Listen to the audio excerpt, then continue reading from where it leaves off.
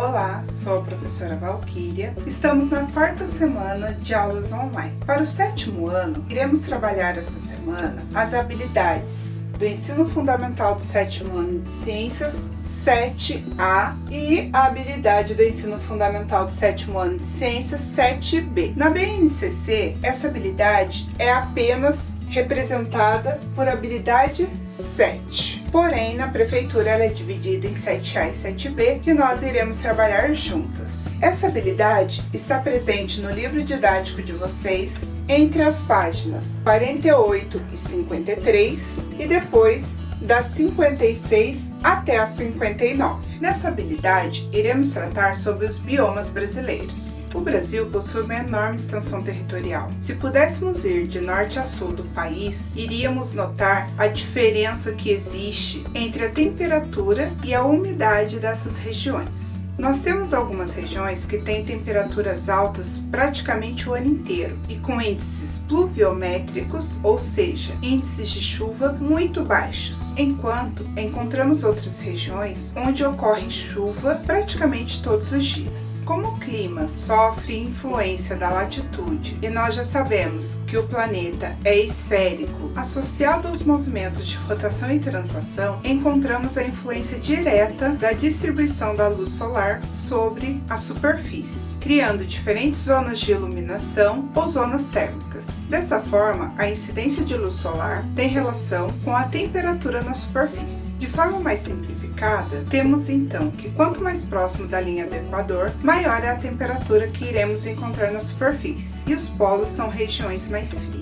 A maior parte do território brasileiro está na zona tropical, região entre o Trópico de Capricórnio e o Trópico de Câncer, e apenas uma pequena porção fica na zona temperada, que é a zona ao sul do Trópico de Capricórnio. Apesar da maior parte estar na zona tropical, onde o predomínio das temperaturas são altas, há regiões que até podem nevar durante o inverno. Isso acontece porque o clima também é influenciado pela altitude. Por isso, regiões montanhosas geralmente apresentam temperaturas mais baixas do que regiões que estão ao nível do mar. A distribuição dos seres vivos no nosso planeta também sofre influência climática, pois ela vai interferir diretamente na sobrevivência e no sucesso reprodutivo desses seres vivos. O Brasil apresenta uma grande diversidade de biomas. O bioma é uma região ampla que apresenta vegetação, fauna, solo e clima característico. De acordo com o IBGE, os principais biomas brasileiros são Amazônia, Caatinga,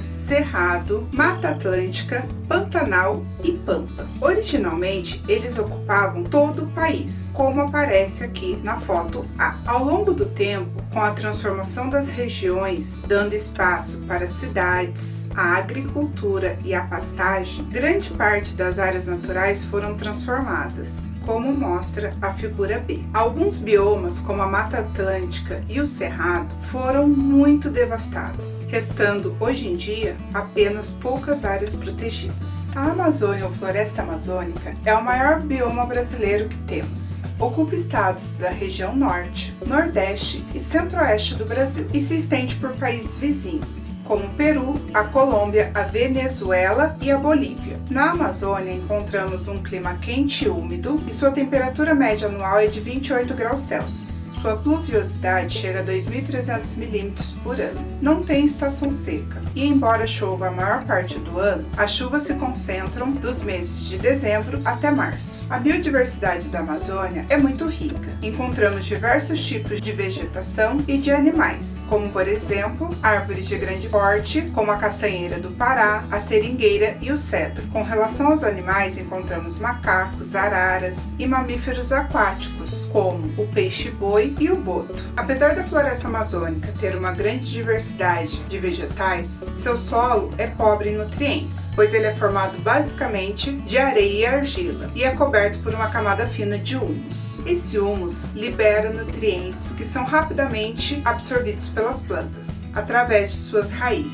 Assim, os seres vivos da floresta ajudam a manter a própria floresta, ajudando na formação de humus através de sua decomposição ao serem mortos. Na Amazônia, além da riqueza natural, também encontramos a riqueza cultural, que é passada de geração a geração, e essa cultura inclui o uso de recursos naturais presentes nessa floresta. Com isso, muitos cientistas vão a essas regiões buscando o conhecimento desses povos para desenvolver pesquisas, e vão também em busca de plantas que podem ser utilizadas no desenvolvimento de novos medicamentos. Com o avanço das áreas para a criação de animais, plantações, construções de estradas, urbanização, tráfico de animais e exploração de recursos naturais, acabam ameaçando esse bioma. Até mesmo os rios dessa região acabam sofrendo com a pesca sem controle e o transporte constante naquela região de pessoas e mercadorias. O Cerrado é o segundo maior bioma brasileiro. Ele ocupa a parte central do Brasil, se estendendo pelo Distrito Federal e pelos estados da região centro-oeste, como Goiás, Mato Grosso e Mato Grosso do Sul. Passa por Tocantins e também por Minas Gerais. Seu clima é quente e sua temperatura média anual é de 23 graus Celsius. Seu índice pluviométrico fica entre 1.200 e 1.800 milímetros por ano. De maio a setembro, temos nessa região a estação seca, onde praticamente não ocorrem chuvas, podendo chegar ao índice zero pluviométrico. O período chuvoso ocorre de outubro até abril,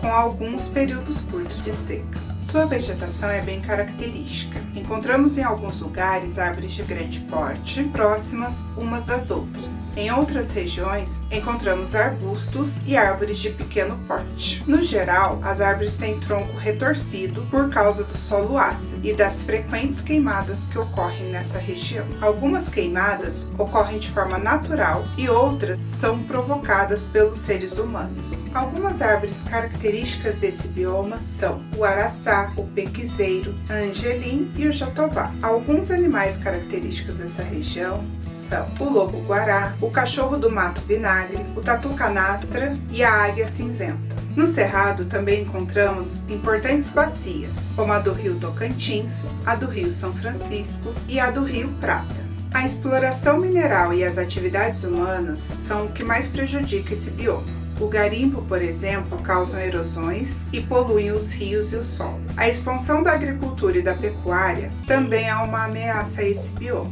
pois parte de sua vegetação foi derrubada ou queimada para dar origem às áreas cultivadas e ao pasto. A Mata Atlântica é um bioma que se localiza próximo ao litoral brasileiro, desde o norte até o sul do país. Ele se estende por 17 estados brasileiros, como Alagoas, Bahia, Ceará, Goiás, Mato Grosso do Sul, Minas Gerais, Paraíba, Paraná, Pernambuco, Piauí, Sergipe, Rio Grande do Norte, Rio Grande do Sul, São Paulo, Espírito Santo, Rio de Janeiro e Santa Catarina. Porém, como a área desse bioma foi muito modificada por atividades humanas, resta apenas 12,4% da vegetação original dessa mata, que está presente em áreas protegidas. O clima na Mata Atlântica é quente e úmido, e sua temperatura média anual é de 21 graus Celsius. Seu índice pluviométrico é de aproximadamente 2.240 milímetros por ano, com chuvas distribuídas durante o ano inteiro. Esse bioma tem uma das maiores biodiversidades do planeta. Nele encontramos diversidades de árvore como o ipê, o pau-brasil, o jequitibá, várias espécies de orquídeas, bromélias e samambaias. Também temos grande diversidade de animais, como o mico-leão dourado, a onça pintada, a anta, a jaguatirica, além de inúmeras espécies de invertebrados e de aves. Além da diversidade natural, também temos uma grande diversidade cultural, pois no nosso bioma encontramos comunidades indígenas, quilombolas, comunidades caiçaras e ribeirinhas. Essas comunidades têm uma relação profunda com a natureza e dependem dela para sua subsistência. A urbanização, a construção de portos e a industrialização são algumas das ameaças que temos nesse bioma. Também sofremos com o desmatamento e a exploração excessiva de recursos naturais. Cerca de 70% da população vive em áreas que originalmente eram ocupadas pela Mata Atlântica. A Mata Atlântica é o bioma que mais sofreu com os impactos ambientais dos ciclos econômicos da história do nosso país. Sofremos com o ciclo do pau-brasil, o ciclo da cana-de-açúcar, o ciclo do ouro e o ciclo do café. O bioma da Caatinga ocorre em grande parte dos estados do Nordeste e do Norte de Minas Gerais. Seu clima é semiárido e tem temperaturas elevadas, com poucas chuvas na maior parte do ano. Sua temperatura média anual é de 27 graus Celsius e seu índice pluviométrico é de 500 a 700 milímetros por ano. De modo geral, seu solo é rico em minerais, porém pobre em matéria orgânica, pois como possui muito calor e luminosidade, a ação dos seres decompositores acaba sendo prejudicada. Na superfície do solo desse bioma, geralmente encontramos fragmentos de rochas, o que lhe confere um aspecto pedregoso. A palavra caatinga vem do tupi, que significa mata branca, pois seu período de seca pode se prolongar por 9 meses e grande parte de sua vegetação fica com aspecto esbranquiçado devido à sua perda de folhas. No período das chuvas, tudo se transforma e as plantas voltam a brotar, produzir folhas e flores.